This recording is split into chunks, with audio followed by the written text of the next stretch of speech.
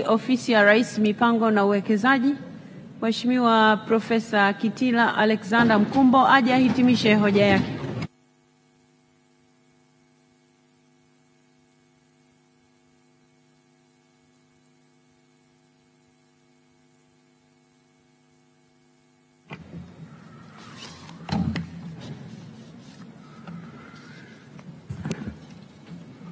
Mheshimiwa Spika, ninaomba nianze kwa kukushukuru tena wewe pamoja na wasaidizi wako ambao waliongoza mjadala huu, akiwemo Mheshimiwa Musa Zungu, naibu spika, Mheshimiwa Najima Mtaza Giga, mwenyekiti wetu wa Bunge, Mheshimiwa Deo Mwanyika, mwenyekiti wetu wa Bunge, na Mheshimiwa Dr. Joseph Mhagama, mwenyekiti wa Bunge. Nawashukuru sana kwa jinsi mjadala huu ambao umekwenda siku 7. Mheshimiwa Spika, naomba pia nishukuru tena kamati yetu ya kudumu ya Bunge ya Budget chini ya uongozi wa Mheshimiwa Oran Manase Njeza, mbunge wa Mbeya Vijijini, kwa uchambuzi wao makini, maoni ya ushauri wao waliotoa kuhusu tathmini ya hali ya uchumi wa taifa kwa mwaka 2024, mpango wa maendeleo ya taifa kwa mwaka 2025-26 pamoja na bajeti kuu ya serikali kwa mwaka wa fedha 2025-26 na jinsi ambao tumeendelea kushirikiana nao. Hata tumefanya nao kikao cha mwisho jana mpaka katikati ya usiku. Mheshimiwa Spika, Mheshimiwa Spika, nichukue nafasi pia kuwashukuru sana waheshimiwa wabunge wote na hususan waheshimiwa wabunge 120 ambao wamepata nafasi ya kuchangia. Mwaka huu wamepungua kidogo kulinganisha na bajeti ya mwaka jana. Mwaka jana waheshimiwa 137 walichangia. Mwaka huu ni 97, ukijumlisha na waheshimiwa mawaziri, manaibu waziri wanakuwa 120. Kwa hivyo, lakini Mheshimiwa Spika, mwaka huu inaeleweka wakipungua kwa sababu mambo ndo hayo tena. Niwashukuru sana kwa michango yao mizuri sana. Tumepokea maoni na ushauri uliotolewa kama ambavyo waheshimiwa manaibu waziri wamesema vizuri. Na kwa kweli Mheshimiwa Spika, mwaka huu kwa kiasi kikubwa michango ililenga kuonyesha kazi kubwa iliyofanyika na mafanikio makubwa yaliyopatikana katika kipindi cha miaka 5 ya utekelezaji wa ilani ya CCM kwa ajili ya uchaguzi mkuu wa mwaka 2020, na kila mheshimiwa mbunge aliyesimama hapa alionyesha mafanikio katika ngazi ya taifa, lakini muhimu zaidi akabainisha mafanikio katika jimbo lake. Kwa hiyo nadhani mwaka huu Mheshimiwa Spika imekwenda vizuri zaidi. Tunashukuru sana waheshimiwa wabunge kwa kubainisha wazi kama nilivyosema kazi ambazo serikali ya Chama cha Mapinduzi imeifanya kupitia mipango na bajeti ambazo waheshimiwa wabunge waliziidhinisha hapa. Mheshimiwa Spika, ninawashukuru pia waheshimiwa mawaziri wenzangu na waheshimiwa naibu mawaziri kwa michango yao jana, ambapo pia wao sekta kwa sekta wameonyesha mambo makubwa, kazi kubwa iliyofanyika na mafanikio makubwa yaliyopatikana katika nchi yetu kwa sekta zao. Kwa hivyo kwa kiasi kikubwa kazi yangu hapa sio kubwa zaidi ya kuweza kuhitimisha. Na kabla siendelee, nashukuru pia waheshimiwa naibu mawaziri wetu wawili kwa jinsi ambavyo wameshajibu baadhi ya hoja, na mimi niwashukuru sana kwa pongezi na shukrani zao. Tunafanya kazi kwa karibu sana. Kama nilivyosema siku ya kwanza, Mheshimiwa Nyongo ni mtu rahimu sana, mtu mwema, mtu mtulivu sana. Ukiwa na msaidizi kama huyu unafanya kazi kwa utaalamu. Tunaamini kwamba wenzetu wa Maswa Mashariki kama kawaida yao watamrudisha hapa bungeni. Hivyo hivyo Mheshimiwa mjumbe wetu wa kamati kuu, Mheshimiwa Hamad Chande ni mtu mwema, tunafanya kazi kwa karibu, ana bidii, na tunaamini wapiga kura wake kama alivyosema mwenyewe wataturudishia na hapa bungeni. Mheshimiwa Spika, kwa kipekee kabisa naomba nichukue nafasi pia nimpongeze sana Waziri wa Fedha Mheshimiwa Dr. Mwigulu Lameck Nchemba Madelu, mbunge wa jimbo la Iramba Magharibi, kwa bajeti nzuri sana aliyowasilisha hapa bungeni tarehe 12 Juni mwaka 2025. Bajeti hii kwa ujumla wake imepokelewa vizuri sana, sio tu na waheshimiwa wabunge lakini pia hata wananchi. Nilikuwa napitia vyombo vya habari, kwa mfano hivi ndivyo baadhi ya vyombo vya habari ambavyo viliripoti bajeti kuu ya serikali. Gazeti la Nipashe liliita hii ni bajeti ya kimkakati. Daily News wao waliita competitive and growth budget. The Citizen wakaita Made for Tanzania. Maana yake ni kwamba ni budget inayokwenda kuchochea sekta ya kuongeza thamani.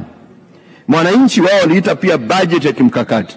Na Habari Leo wenyewe wakasema budget ya konga mioyo ya wananchi. Kwa hivyo Mheshimiwa Waziri, budget ambayo umewasilisha imepokelewa vizuri na umma wa Tanzania pamoja na waheshimiwa wabunge.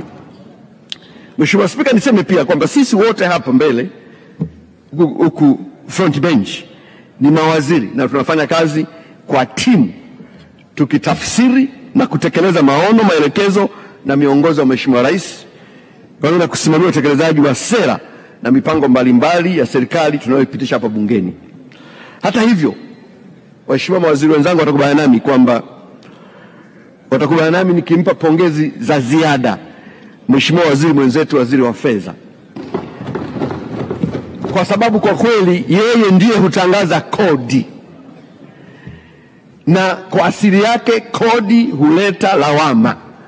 Kwa Mheshimiwa waziri wa fedha amekuwa akibeba lawama kupitia kodi anazotangaza kwa niaba ya serikali na kwa niaba ya yetu wote. Kwa hiyo tunamshukuru sana kwa hilo.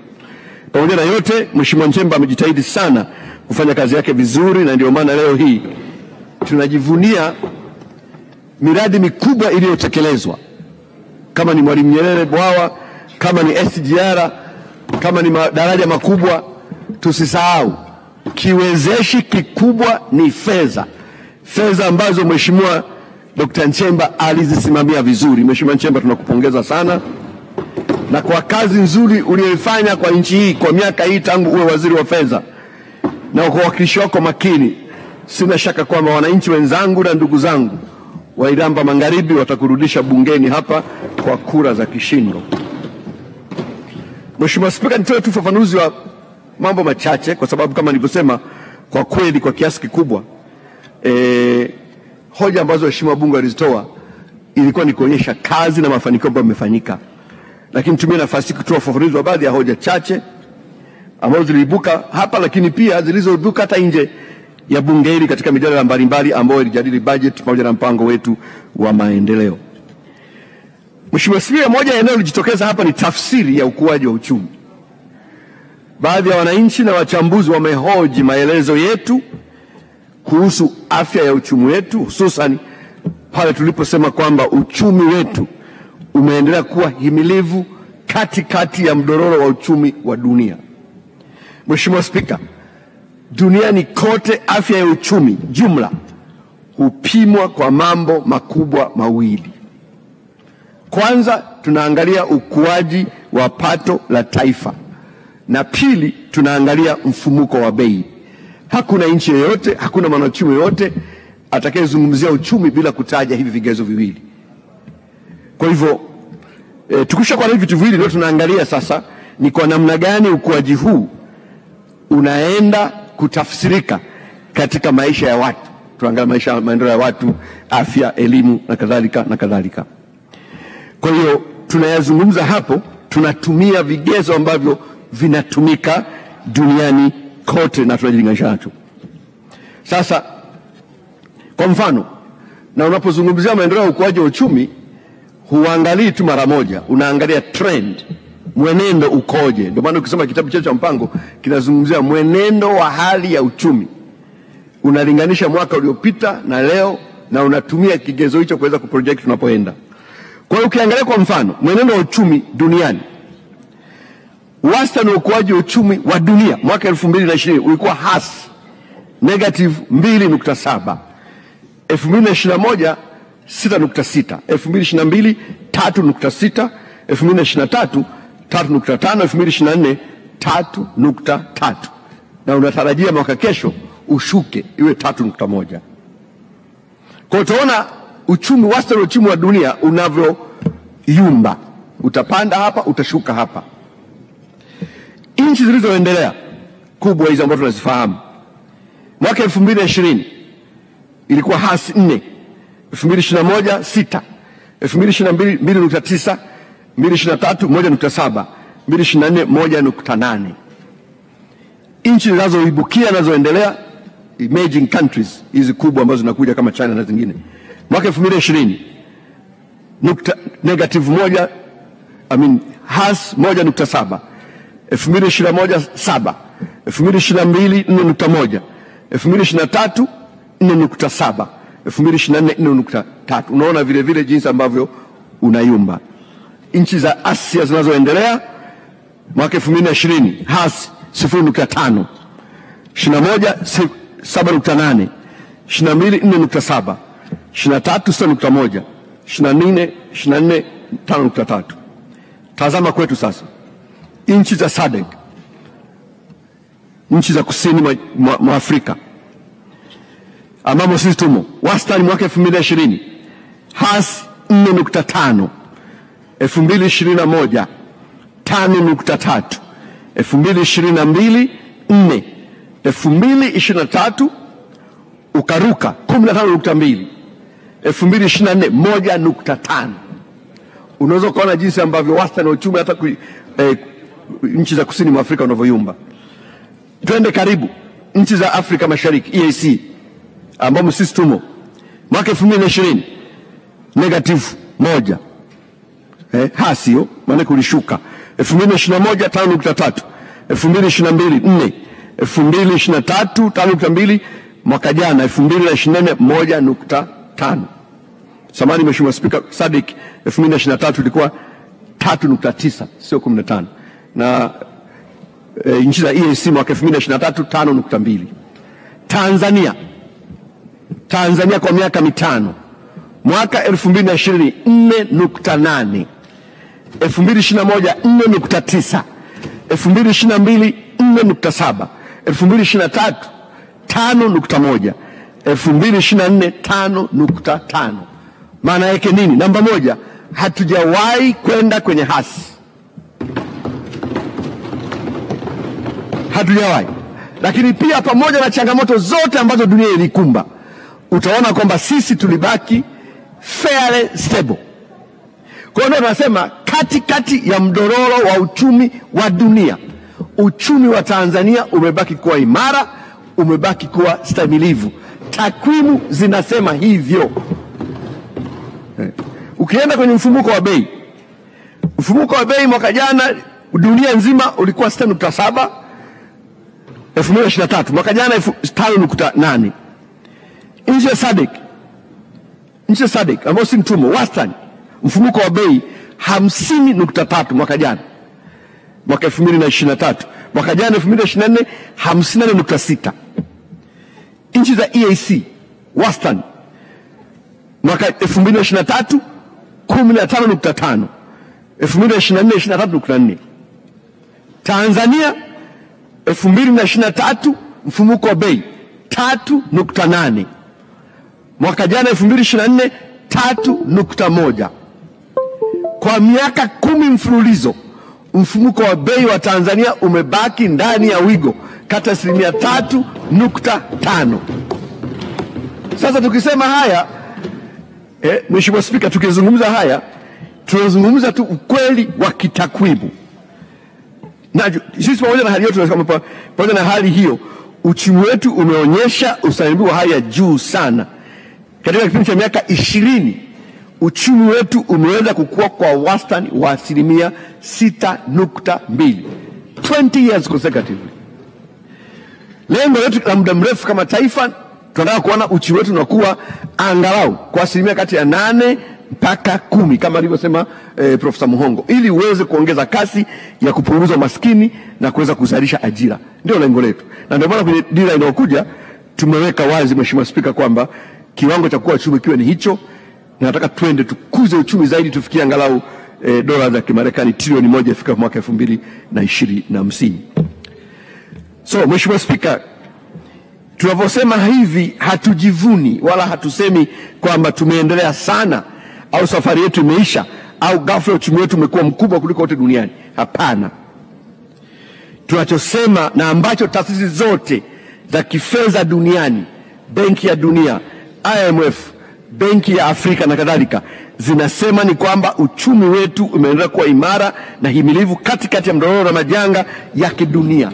Hii ni tathmini ya taasisi zinazoheshimika duniani, zinazoheshimika katika kutathmini hali ya uchumi.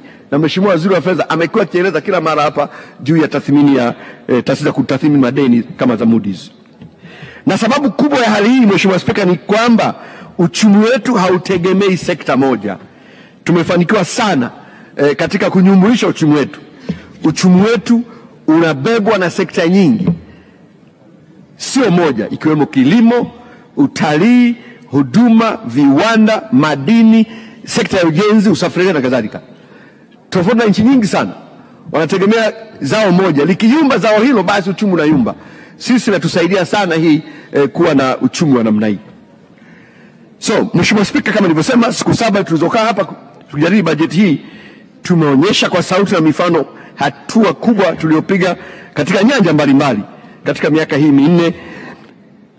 Nilifanya hivyo katika hotuba yangu, alifanya hivyo Mheshimiwa Waziri wa Fedha katika hotuba yake, waheshimiwa wabunge waliopata nafasi ya kuchangia wamefanya hivyo katika michango yao, wakijikita kwenye yale makubwa yaliyofanyika katika majimbo yao, na waheshimiwa mawaziri na naibu waziri waliofanya hivyo jana na leo walifanya hivyo pia, wakati wanachangia katika bajeti hii. Na mimi kama nilivyosema, sikusudii katika hatua hii kurudia ambayo yameshasemwa zaidi ya kutoa muhtasari na hitimisho. Na nisisahau Mheshimiwa Spika, ile hotuba yako kwa Mheshimiwa Rais tunampa tuzo ilibeba kila kitu. It was a very comprehensive analysis ya kile ambacho tumefanya katika miaka minne. Kwa hivyo kwa Mheshimiwa Spika, katika siku 7 hizi tumeonyesha kwa kweli kuwa serikali ya CCM inayoongozwa na Mheshimiwa Dr. Samia Suluhu Hassan imetekeleza wajibu wake katika nyanja zote. Na tukumbushane kidogo kwamba kuhusu kazi za serikali. Serikali ni nyenzo sahihi. Ili tupimane vizuri, ni muhimu tukakumbushana juu ya majukumu ya serikali. Serikali ni chombo cha kusimamia mambo makubwa matatu. Kwanza, amani, ulinzi na usalama. Na jana Mheshimiwa Waziri wa Ulinzi ameonyesha hapa kwamba nchi yetu, majeshi yetu, vyombo vyetu vya ulinzi na usalama vimeendelea kuwa imara, vinasimamia swala la ulinzi na usalama, na ndio maana nchi yetu inaendelea kuwa na amani. Sasa watu wengine hata wakisikia tu kwamba nchi yetu ina amani wananuna. Ukweli ni kwamba nchi yetu bado ina amani, nchi yetu bado salama, nchi yetu bado tulivu. Hatutaogopa wala kuona aibu kusema hivyo, na watu tunaiombea iendelee kudumu katika amani na usalama. Shughuli ya pili, serikali inasimamia haki na sheria. Humo ndio kuna utawala bora, utawala wa sheria, demokrasia. Tumeendelea jambo hili kulisisitiza na kulihimiza, na waheshimiwa mawaziri jana wamenieleza vizuri.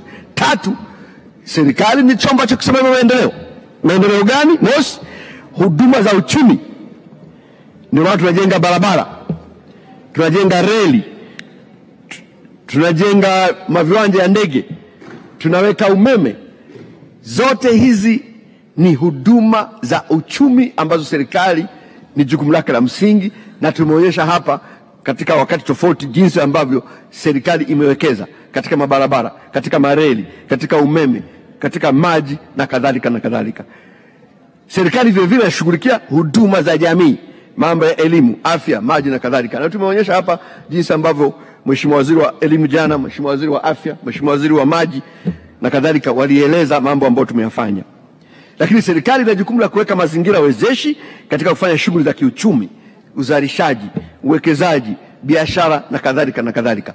Majukumu yote haya ukiangalia serikali tumeyafanya. Tumeonyesha jinsi ambavyo uwekezaji umepiga hatua, jinsi ambavyo biashara zinaendelea kufunguka na kadhalika na kadhalika. Kwa Mheshimiwa Spika, kazi kubwa imefanyika. Mheshimiwa Spika, Tanzania imejijengea heshima kwa mambo mengi. Ukiacha heshima tuliyojijengea ya kuongoza mapambano ya ukombozi katika bara la Afrika, sifa kubwa inayotambulisha Tanzania kimafanikio ni mafanikio yetu katika kutoa huduma za jamii. Mheshimiwa Spika, tunasifika duniani kwa kutumia fedha zetu kwa ajili ya kuwekeza katika rasilimali ya kudumu katika mali ya taifa yenye thamani kuliko zote, ambayo ni watu wake. Rasilimali kubwa tulionayo kama nchi ni watu wetu. na serikali miaka yote imeendelea kuhakikisha kwamba tunawekeza, na tumefanya hivi miaka yote kwa sababu tunatambua kuwa maendeleo ya kweli ya uchumi hayawezekani ikiwa wananchi ni wajinga au wameelemewa na maradhi. Lazima tuendelee kupiga vita ujinga, tuendelee kupiga vita maradhi. Hii imekuwa ni ajenda yetu ya kudumu, na kupiga vita umaskini. Na ndio maana serikali hii ya Rais Samia imewekeza katika kutoa elimu bila ada, kuanzia elimu ya awali mpaka kidato cha 6. Na katika kipindi cha miaka minne serikali imetumia shilingi trilioni 1 bilioni 308 milioni 945 1.3 trilioni, ikiwa imewekeza kwenye kutoa elimu bila ada, elimu ya awali mpaka form 6. Tafuteni Afrika ni nchi ngapi zinafanya hivyo. Serikali vile vile ya Mheshimiwa Dr. Samia imetumia shilingi trilioni 2 bilioni 760 kwa ajili ya mikopo kwa wanafunzi wa elimu ya juu. Yote hii ni katika kuwekeza katika rasilimali watu. Tumefanya hivi miaka yetu yote, tumefanya hivi kwa kasi kubwa katika miaka minne ambayo imepita. Na ndio maana serikali ya Samia pia imeamua kutekeleza mpango wa bima ya afya kwa wote, na bajeti kuu ya mwaka huu tumeainisha maeneo ya kikodi kwa ajili hiyo. Na Mheshimiwa Spika, niseme kidogo, ili swala la afya ya bima ya afya kwa wote lilitamkwa kwa mara ya kwanza mwaka 1993-94, na naomba ninukuu hapa hotuba ya rais wetu wa awamu ya pili, mzee wetu hayati Ali Hassan Mwinyi, wakati anafunga bunge 1995. Alieleza kwamba katika mwaka wa fedha 1993-94 wananchi walichangia jumla ya shilingi milioni 244.5 katika afya, na kulikuwa na malalamiko makubwa sana wakati ule kwamba haiwezekani wananchi waendelee kuingia gharama katika afya. Kutokana na hilo, rais wetu akaamua uchunguzi sasa unafanya kuona uwezekano wa kuanzisha mpango wa bima za afya kwa wananchi wote, ili mpango huo wananchi kuchangia uishe. Kwa hiyo 1993-1994 serikali iliamua kuja na mpango wa bima ya afya kwa wote. Imetekelezwa miaka 30 baadaye katika awamu ya 6 inayoongozwa na Mheshimiwa Dr. Samia Suluhu Hassan. Mwaka jana, Mheshimiwa Spika, bunge lako hili limepitisha sheria ya bima ya afya kwa wote, na mwaka huu waziri wa fedha ameweka vyanzo maalum kwa ajili ya kuona kwamba mpango huu wa bima ya afya kwa wote unaanza. Sasa tukisema haya ni mafanikio makubwa, unakataa vipi?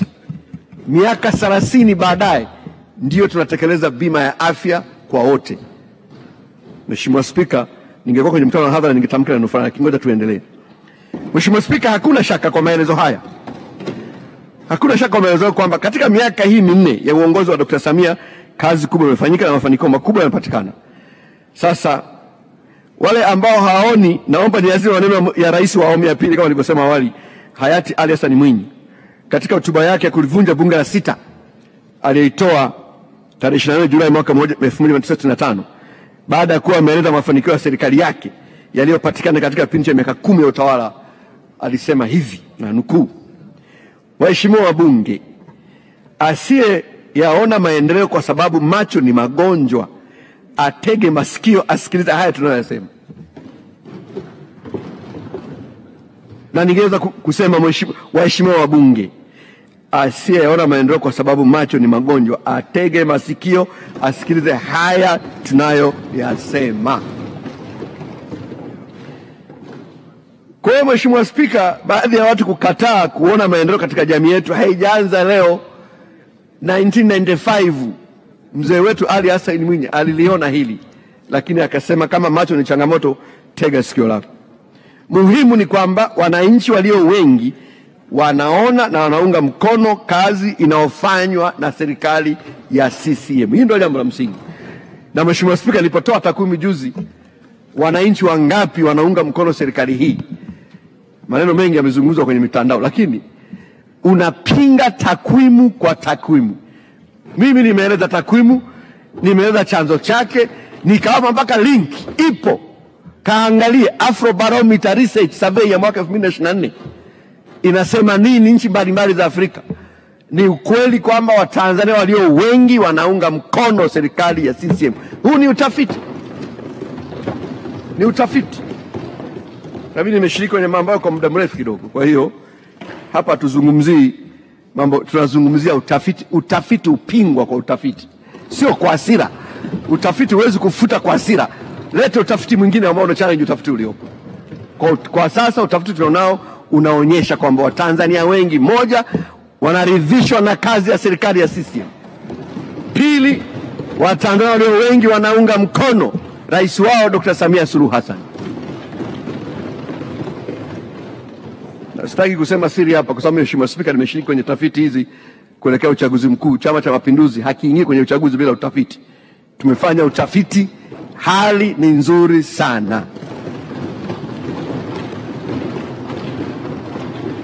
Mheshimiwa Spika, napoenda kuhitimisha niseme maendeleo ni mapambano ambayo hayana mwisho. Maendeleo ni mchakato endelevu. Hakuna nchi yote tafika mahala sisi tumemaliza kuendelea tuachie hapa. Hakuna. Kila nchi inapambana kuendelea. Ni mchakato endelevu. Na katika mchakato huu tutapata mafanikio, tutapata matatizo. Katika mchakato huu yapo mambo tutapatia, yapo mambo hatutapatia. Na ndivyo imekuwa hivyo, na ndivyo ilivyo duniani kote. Muhimu katika mchakato wa maendeleo ni kujua tunataka kwenda wapi na namna ya kufika tunapotaka kwenda. Katika uongozi wake wa miaka 24, tanisamehe Mheshimiwa Spika, napenda kumnukuu Mwalimu Nyerere kwa sababu ni mwanzilishi wa taifa letu. Mwalimu Nyerere alifanya mengi makubwa, lakini yapo mambo alikosea na akayasahihisha, ikiwemo kufuta vyama vya ushirika na kufuta serikali za mitaa. Baadaye mwenyewe alijuta na akayasahihisha.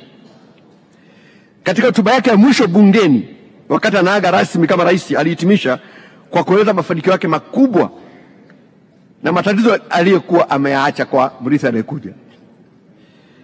Alisema, kazi kubwa niliyoazimia kuifanya ni kazi ya kujenga taifa lenye umoja kwa msingi wa heshima na usawa wa binadamu. Tunalo taifa moja lenye umoja ambalo msingi wake ni heshima na usawa wa binadamu. Na unaweza kusahau yote aliyofanya Nyerere ukakumbuka hilo kwamba tunalo taifa lenye umoja. Lakini kwa uungwana wake hakuishia hapo. Alisema mafanikio yetu ni makubwa sana, na hasa wananchi wetu sasa wanatembea kwa heshima na kujiamini na wana haki ya kujivunia kwa Watanzania. Pamoja na mafanikio haya, Mwalimu Nyerere hakusita wala kuona aibu kueleza matatizo aliyokuwa ameyaacha. Alisema hali ya uchumi wetu bado ni mbaya na itabaki kuwa mbaya kwa muda mrefu. Akaendelea, tunadaiwa madeni makubwa sana na mashirika ya kimataifa, na hii ndio kazi namwachia mrithi wangu. Kwa hiyo nchi hii, Mheshimiwa Spika, tunapoeleza mafanikio yetu hapa, hatufanyi hivyo kwa kujidai au kwa kusema sisi tu wajuzi sana kuleta maendeleo. Tunafanya hivyo kuonyesha juhudi na jitihada ambazo tumezifanya na mafanikio tuliyopata. Tunafanya hivyo kuonyesha kwamba katika safari yetu ya maendeleo tumepiga hatua kubwa, lakini tunatambua kwamba bado safari ni ndefu, na ndio maana tunaenda kupambana. Waasisi wa taifa hili, Mheshimiwa Spika, walitufundisha kuwa umuhimu sana kwa kiongozi ni ujasiri wa kubaini changamoto za wananchi na kuzishughulikia, lakini pia uungwana wa kubaini na kukiri makosa na kuyasahihisha kwa wakati mwafaka. Hiyo ndio nchi ambayo tumerithishwa nayo. Viongozi wetu wote na waheshimiwa wabunge, mkienda kusoma hotuba zao zote, hususan za mwisho, wameisha mafanikio mazuri na kuonyesha changamoto ambazo zimebaki lazima zishughulikiwe. Kwa hiyo ujasiri wa kukiri makosa na kuyafanyia kazi haijawahi kuwa udhaifu katika nchi yetu. Na ujasiri unahitaji kiongozi makini. Lazima tuwe na kiongozi mwenye ujasiri wa kubaini, kutambua, kubeba na kuendeleza mema yote aliyopita na yanayoendelea. Ni jambo la msingi sana. Lazima utambue mema yaliyopo, yanayoendelea na uyabebe. Huo ni ujasiri, lakini pia ukubali kubeba changamoto zilizoibuka ili uweze kuzishughulikia. Inahitaji kiongozi mwenye ujasiri wa namna hiyo. Na sisi tuna bahati, tunaye kiongozi ambaye Mosi aliweza kubaini mambo makubwa mazuri yaliyofanyika na mema yote akayabeba na akayaendeleza, na wote tumesema hapa katika wiki hii. Lakini tunaye kiongozi ambaye vile vile ni jasiri, hakuogopa kubainisha changamoto zilizokuwepo katika awamu iliyopita, akazibaini, akaziainisha, akaweka mpango wa kuzishughulikia, na ndiyo msingi wa 4R. Kwa hiyo ni jambo la msingi sana, Mheshimiwa Spika. Lakini ujasiri pia unahitaji chama makini cha siasa chenye uwezo wa kutoa mwelekeo sahihi wa kisera kwa wakati sahihi na unaokidhi mahitaji ya kizazi cha leo na cha kesho. Na kwa sasa, Mheshimiwa Spika, chama hicho kinaitwa Chama cha Mapinduzi. Mheshimiwa Spika, niseme nini tena? Twendeni kwa ujasiri majimboni, tukaombe Watanzania wachague kiongozi mwenye ujasiri niliyoueleza. Kiongozi huyo kwa sasa ni Dr. Samia Suluhu Hassan na Dr. Hussein Ali Mwinyi. Amefanya kazi kubwa, anaelewa nchi inataka kupeleka wapi, anao mpango makini wa kutupeleka huko. Juzi cabinet imeidhinisha dira ya taifa ya mwaka 2050, na kwa kibali chako Mheshimiwa Spika, tutaiweka mezani hapa bunge hili kabla halijaisha. Tunao mwelekeo, tunayo dira ya kutuongoza, tunaye kiongozi makini, kiongozi jasiri ambaye tutupeleka mbele. Twendeni kwa ujasiri majimboni, Mheshimiwa Bunge, tukawaombe Watanzania wachague chama makini chenye uwezo wa kutoa na kusimamia mwelekeo sahihi wa kisera kwa nchi yetu. Chama hicho ni Chama cha Mapinduzi.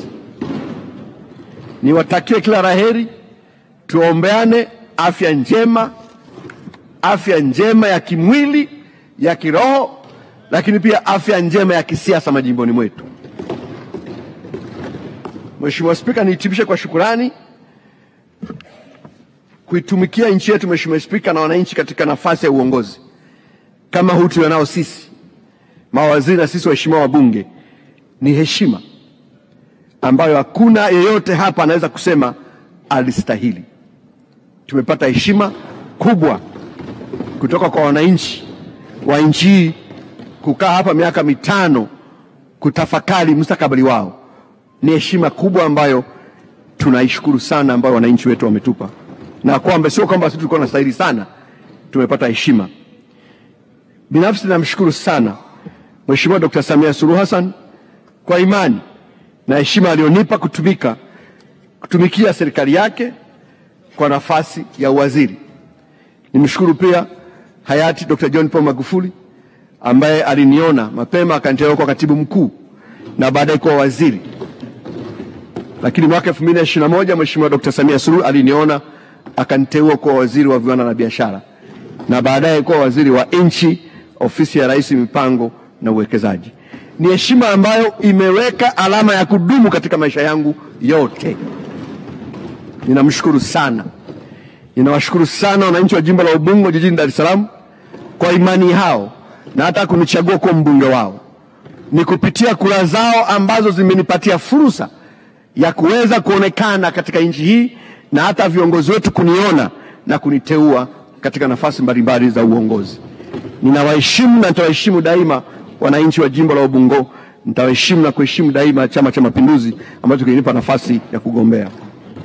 Ninataka chukua nafasi kuishukuru sana familia yangu yenye mke mmoja na watoto 3.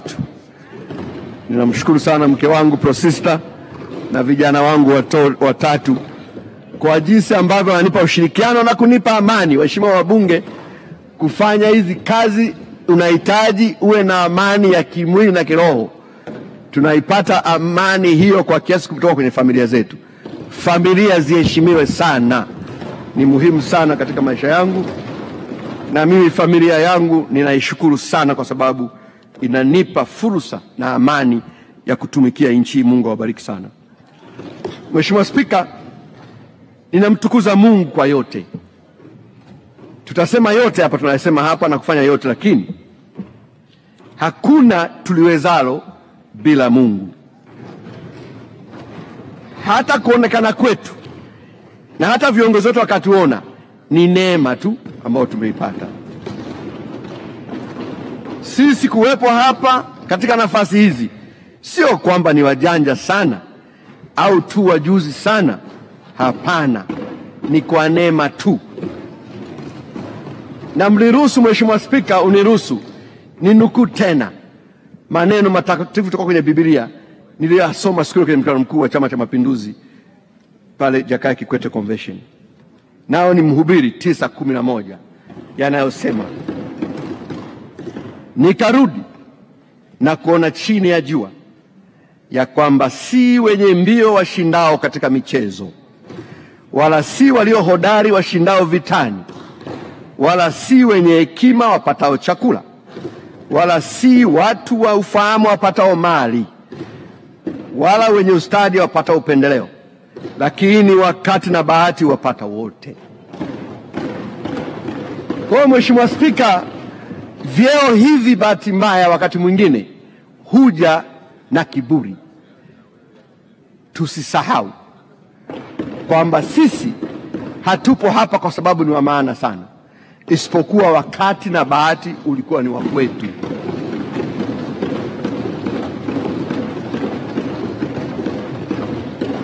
Mheshimiwa Spika, baada ya maelezo hayo, ninakushukuru tena kwa fursa ulionipa ya kuhitimisha hoja yangu. Mungu ibariki Afrika, Mungu ibariki Tanzania. Mheshimiwa Spika, naomba kutoa hoja.